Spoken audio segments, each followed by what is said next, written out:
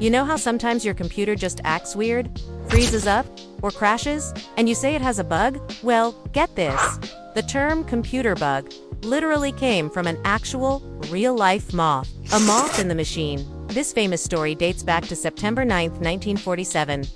A brilliant computer pioneer named Grace Hopper was working with the Mark II Aiken relay calculator at Harvard University. This wasn't a modern electronic computer. It was a massive, room-size, electromechanical machine filled with thousands of mechanical relays and wires. One day, the machine wasn't working correctly, throwing off calculations. Hopper and her team started meticulously searching for the problem. They traced the issue to relay number 70, panel F.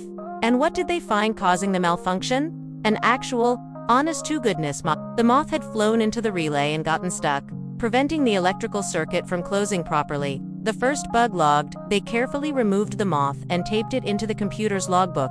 Right next to it, they wrote, "First actual case of bug being found." And just like that, a common phrase used to describe problems became forever linked to a small, winged insect. The term bug for a technical malfunction was entirely new in engineering slang before this incident, but this specific event really cemented its use in the world of computing. It was such a tangible and memorable incident that it stuck, from moth to metaphor. So, while the word bug might have had earlier, more general uses to describe a problem or defect in mechanical systems, Grace Hopper's discovery of that moth in the Mark II calculator is the widely accepted origin story for the specific computing term. It perfectly illustrated how a tiny, unexpected physical intruder could cause a massive, complex machine to fail. Today, when developers talk about debugging their code, they're not usually looking for actual insects. They're looking for errors, glitches, or logical flaws in the software that make it behave unexpectedly. But the language we use,